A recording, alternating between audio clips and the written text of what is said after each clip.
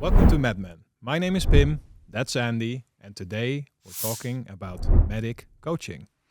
Yeah, I have to say I have a bit of a bee in my bonnet about this one. I think that a lot of people in our industry think that what they class as coaching salespeople is just telling them what to do. And I think the reason for that is that most sales leaders were formerly salespeople themselves. And so when they move into sales leadership, they see somebody doing the job that they used to do. And typically, if you're in sales leadership, you've had some success, so you were good at selling. And so they see the people in their team and they kind of just tell them what to do. Do this, get out of this challenge by doing this, or put yourself in a better position by doing this, or, overcome that objection this way. And that is of course, we know the perils that come with that.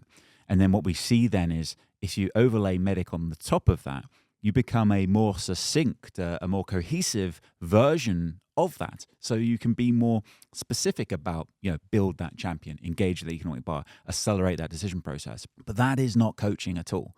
That is not coaching at all. If you think about sports teams, the coaches aren't just, on the sideline saying, you do that, you do this. The coaching is about enriching the players in this example, building the team. And what it all comes down to me, is 3 T's.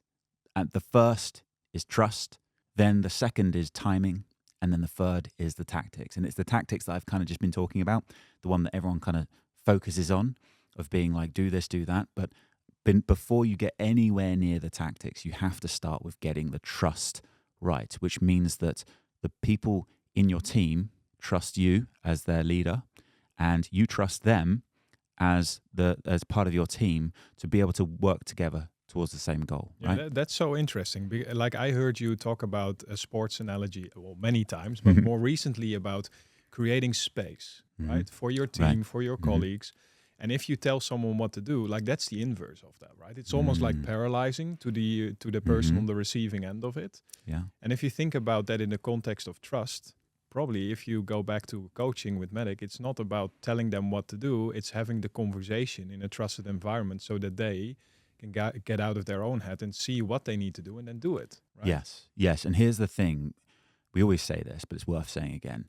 Sales in particular is not a linear process. It's not a case of best product plus best salesperson plus customer with a problem that you can solve and budget equals sale. Even in that utopia situation where all of those things align, the deal is still unlikely to go perfectly smoothly. So what great salespeople do, what professional salespeople do, is they proactively get ahead of the problems. They bring the problems up to the surface. They want them out in the open. They want to get the objections out. They want to get the problems, the no's, whatever it is out in the open, so that they can then work on getting ahead of them, overcoming them. And so if you think about that in context of trust in a sales team, if you have no trust and you're a sales leader looking at the people in your team and you don't trust that they're doing those things, you don't trust they're doing a good job, a professional job of selling, then what you do is you have the complete opposite of that. You have a horrible toxic culture where the individual contributors feel like you are, questioning everything they do. They feel like if they have a problem with their opportunity, that you are reflecting that back on them as doing a bad job, which we know is not the case, because never a situation where something doesn't go wrong and it's unpreventable. So you have this situation where the individual contributors feel like, if I put my hand up and say, got a problem here, it's going to reflect badly on me. You as my manager are going to, not shout at me, but you're going to hold that against me, which is where the problem starts. So what we want to have is the complete opposite of that, where you are my manager and I've got an opportunity and I can come to you and say, look, got a problem here. The person I'm engaged with, I think they're a coach. I don't think they're a champion. And what can we do? And you can use that great experience then to help me to overcome it. So the first and most important layer of coaching, of any team culture, has to be trust. Without trust, doesn't matter whether you're the Lombardi of sales coaching or anything like that, you have to have that trust, which is the first part. Yeah, absolutely. And you can see, like I've seen it shown up many times over, the last 10 years or so, and even been on the other side of not having trust and being able to show up in a way that I could just lay out what I thought was wrong with a deal. And if you're listening to this and you can spot this for yourself in the context of an individual contributor, if you have what you just described, like being kind of like I cannot really put my hand up here. Or if you're a leader and you feel like, the people in your team are just telling stories that sound wonderful, but are they the real stories? And like, are there gaps coming to the surface that we can talk about as a team? So you can see this show up in one-to-one conversations about customers, in deal trusts, as we call them, right? Deal reviews. And any kind of environment where you talk about a customer, an opportunity, if there's no trust, like that will show by way of the difficult things, the gaps, if you will, not showing up. Right? Yes, exactly right. And the bit that we so accurately talked about there is the problem here is not just you have a unhappy team, a bad culture. It's that those problems, they stay hidden. In fact, in some instances where the culture is really bad, the salesperson will proactively hide problems with the opportunity so as not to look bad to the manager, which is terrible because that means that those problems are going to stay, it's like an ostrich sticking its head in the sand, right? Those problems are going to stay there like a time bomb ticking, waiting to go off. And then, of course, everybody loses because it's gone unsolved. So that's the first thing. And then you touch beautifully on the second point here, which is the second T, which is timing. So you have to get the trust right. That is the most important thing by a factor of 3, I would say. Then when you've got the trust, you have to think about, well, how am I coaching? Am I just turning up on the forecast call and then coaching? Or is coaching part of every single conversation I have? It's part of water cooler conversations. It's part of one-to-ones. It's part of deal reviews. Every single, on the way to a customer meeting, we're still having this conversation backwards and forwards. It has to be consistent. And the timing has to be, regular. Coaching just has to be part of your approach, right? And then the third part here is the tactics. So that's, like I said at the start, that's what everyone thinks coaching is. It's having, the sales craft acumen of knowing, how to get that meeting with the economic buyer, how to, influence the decision criteria, how to accelerate the decision process, how to build champions. Those things that managers have from their experience typically. That's great. It's so sales craft. It's product knowledge. It's industry knowledge. It's also often company knowledge, right? Knowing who to speak to, knowing those use cases, knowing those customer stories, knowing who to bring into a meeting, knowing how to get that deal approved, whatever it is. That's part of the tactics.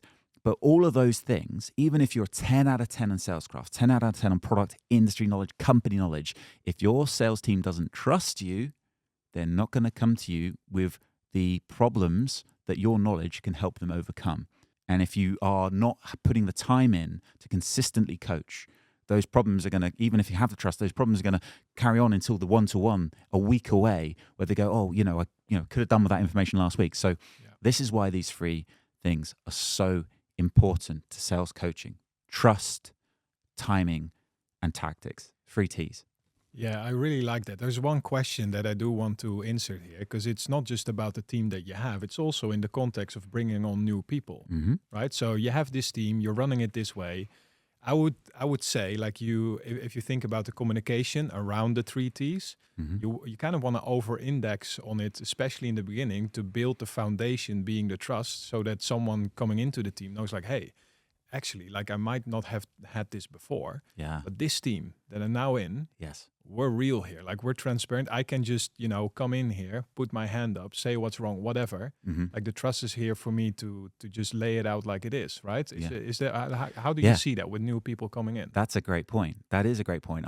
This is funny, I shouldn't say this, but I always think about, like, if you adopt a dog, from a home, and it's not been well looked after before. Like, a lot of the times, that's what, like, poor salespeople have been going through. If they've had a bad manager, they might be a bit like, is this person on my side here? And so you want to overcome that. I think we've got a great way in our company at MEDDICC of doing this, which is the trust battery, right? Which is this concept we have of the trust battery, which came from. I heard somebody talking about it on a podcast. There's a CEO saying that they hired a new CFO, and they said to that person, you earn the length of your leash. And what that meant was that you've come in as CFO, you're a very senior role, but the amount of freedom and trust, basically, that I'm going to give you as CEO, you have to earn. So the more you earn, the longer, more length of the leash you get, which I think is a really great analogy to picture it, but I think it's it's a terrible scenario. And I think it's brilliant that it came from CEO to CFO, because there's surely no, closer, more senior trust that you should exist than that. But in terms of earning your leash, horrible. So we took this sort of idea and we have the trust battery, right? So the idea is anyone that joins MEDDIC, and I tell you this because I think you should borrow it, steal it, whatever. Anyone that joins MEDDIC, we say on day one, because you've gone through our great hiring process and we've got to know you and we really want you to be part of this team, your battery is full. Your trust battery is full. And we're pretty sure it's going to stay there. But the idea is, you know it's there, and it's much harder to charge it back up than it is to start with it. So I think to take what you said, though, of new people coming in, use our analogy, use your own, but make sure that your new people joining your team know that this is a place, this is what you expect. You expect them to bring problems to you. It's your job as a salesperson to go and find those problems. And if you can't overcome them in the moment, or you don't feel confident to, there'll be at least one person, your manager, but probably the whole team that can help overcome those problems for you. Yeah, I think your analogies are maybe partially influenced by the fact that you just got a dog, but they do really, really work in this scenario. So trust, timing, and tactics. Yes, and in that order, because trust is a multiplier of at least 3, if not more, right? It's the most important. If you don't have trust, doesn't matter how often you do coaching or how good your coaching is, trust is imperative. So trust is the first. Timing is the second, because, if you've got the trust, but you don't do coach, you only turn up to do the coaching on forecast calls or in your one-to-one, then that's not going to be effective either. So it's trust is most important, then timing, and then the tactics, which of course are important as well. If you haven't got anything to coach, then the whole thing, you probably shouldn't be in the role, but it works in that order for a very good reason. Okay, well, here's to the 3 T's. Cheers. Cheers.